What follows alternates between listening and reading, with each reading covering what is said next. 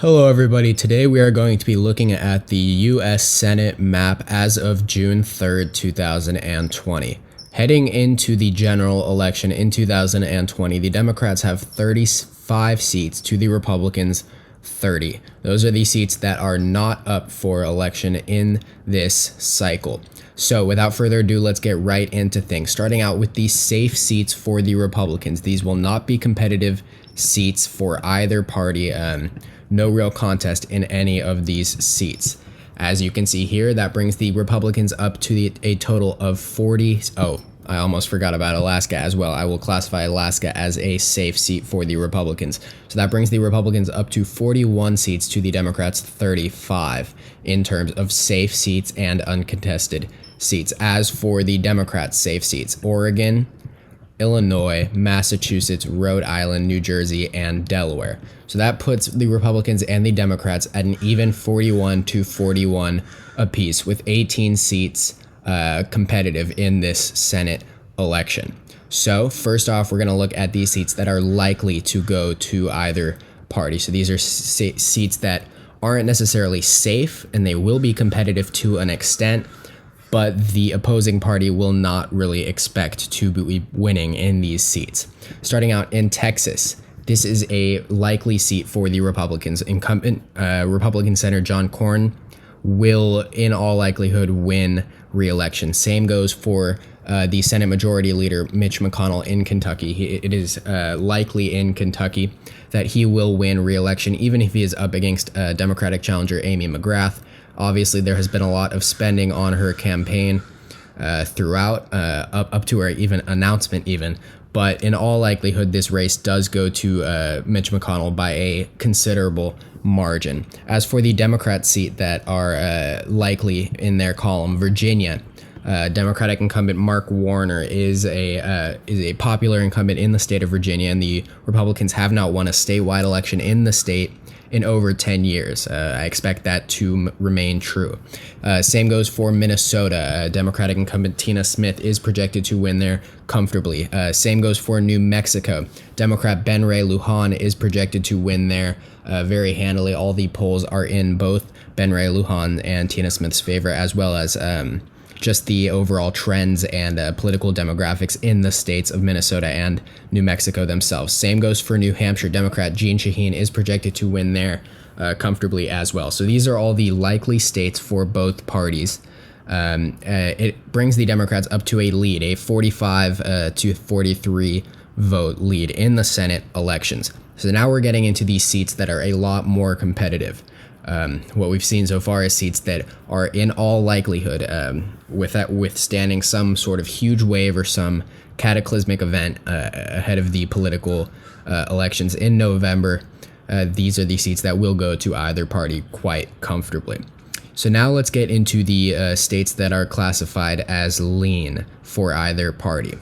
Starting with the Republicans in the states of Kansas and in the states of Iowa. Both of these seats are lean Republican. Republican Chris Kobach, the Secretary of State in Kansas, is expected to defeat Barbara Boiler this November. Polls are in his favor, as are obviously party demographics in Kansas. It is a regularly safe Republican state in presidential elections. And although Chris Kobach is generally unpopular in the state of Kansas, I do expect him to pull through because of Donald Trump being on the ticket in the state of Kansas. Same actually goes for Iowa. Although many believe this will be a much more competitive race, I personally do not believe so.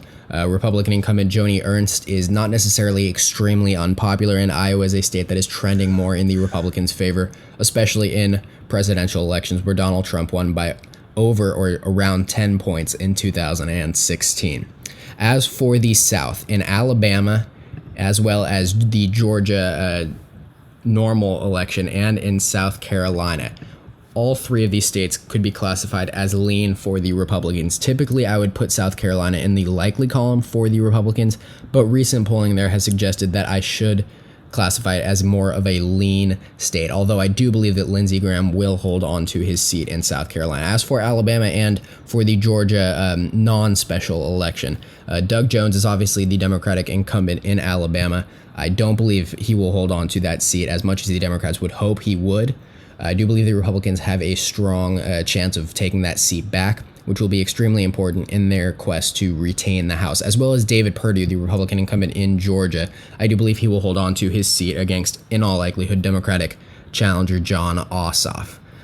So those are the lean states for the Republicans. As for the Democrats, for the lean states, I have classified Arizona as a lean state for the Democrats. Now, this may come as a shock to many if you have not been paying attention to the political sphere over the last few months, but Mark Kelly has a substantial donation, fundraising, and polling advantage over Martha McSally, who is incredibly unpopular within the state of Arizona and nationwide. In all likelihood, Mark Kelly will be able to win that state, especially with Arizona's trending more Democratic in recent years. So in all likelihood, Arizona will go to the Democrats. That will be a flip for them over the Republican incumbent. Same goes in Colorado. I do expect it to be a lean Democratic state. Some could classify it as more of a tilt just because we don't know exactly who the candidate is yet, but in all likelihood, it will be John Hickenlooper.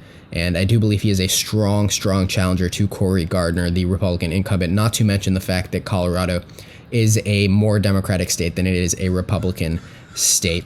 It has gone to the Democrats in recent elections by a comfortable margin, and I do believe John Hickenlooper will win by a lean margin in Colorado. And the final state that I will classify as lean Democrat is the state of Michigan. Republican or Democratic incumbent Gary James is not necessarily unpopular. He's not necessarily super popular. Obviously, the Republican challenger John James is a rising star in the Republican Party, and I do believe he has a very bright future in the political sphere, but in the state of Michigan, where I expect Joe Biden to do very well given his performance in the primary there, and the fact that Michigan is typically a Democratic state in presidential elections, barring or excluding 2016, I do believe John James and the incumbency factor will help him hold on to that seat.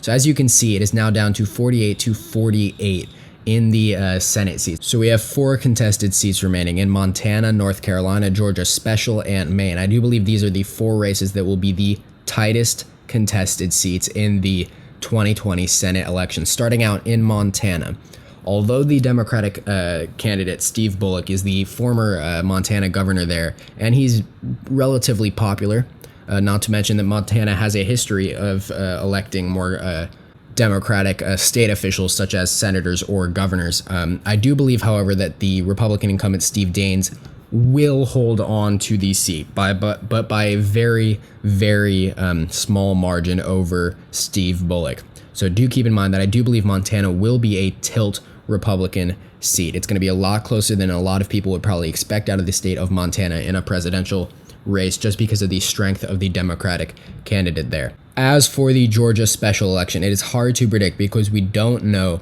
who the candidates are going to be. Obviously, we have Kelly Loeffler, Doug Collins, Matt Lieberman. Those 3 seem to be the front runners for that seat, but we don't really know what is going to happen. So I'm going to just have to classify it as a tilt Republican seat because of obviously there is a trend, especially with Joe Biden being on the ticket and his African-American support. Georgia could be very close in the 2020 presidential election, but it is still a Republican stronghold in many ways, and I do believe that for the U.S. Senate, it will in all likelihood go to the Republicans, but again, it's hard to predict, and thus I'm classifying it as a tilt for now. But if the Republican candidate gets any sort of momentum or steam, I do think it could widen out to more of a lean or possibly even likely margin for the Republicans. As for the state of Maine, now this is an extremely contested race between Democrat Sarah Gideon and, of course, Republican incumbent Susan Collins. I have remained firm in my belief that this is probably I used to believe that this was the closest race in the 2020 Senate. That was until I saw the polls and the numbers coming out of North Carolina. I do believe these 2 states will by far be the obviously the most highly anticipated, and national media will be covering these 2 Senate seats a lot heading into the election. But for Maine, I'm actually going to classify it as a tilt Democratic state. And keep in mind that this is really just a prediction. Nobody really knows what is going to happen, but just because of the fundraising numbers, the polling numbers, and Susan Collins' horrendous favorability numbers in Maine, I do believe that it could certainly go to the Democrats' favor. But I also believe that Susan Collins could certainly hold on to the seat. It really is 50-50, but for the sake of the video, I'm going to be giving it to the Democrats in Maine. As for the state of North Carolina, it is just the opposite. I do believe it's going to be extremely close, but I'm going to have to give it to the Republicans in a tilt margin. Republican incumbent Tom Tillis is extremely close in the polls with Democrat Cal Cunningham. It's going to be really tightly contested, and I think it's really going to come down to how the presidential election goes nationwide, and especially in the state of North Carolina, because more and more people are seeing it as a toss-up state in the presidential election. If Joe Biden can bring that state to below, say, 0.5%, I do believe Cal Cunningham could pull out the victory. Especially if Joe Biden is able to pull out the victory in North Carolina, then Cal Cunningham will certainly win this Senate race here.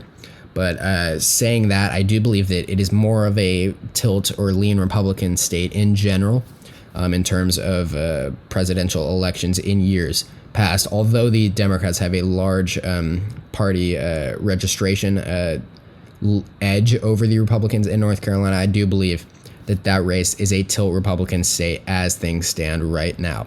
So as you can see, how I have it right now is 51 seats to the Republicans, 49 to the Democrats. However, 41 to 41, that is the split on the safe seats from left to right. It's really going to be an extremely interesting election. Not just the presidential election, but the Senate election is going to be just as interesting.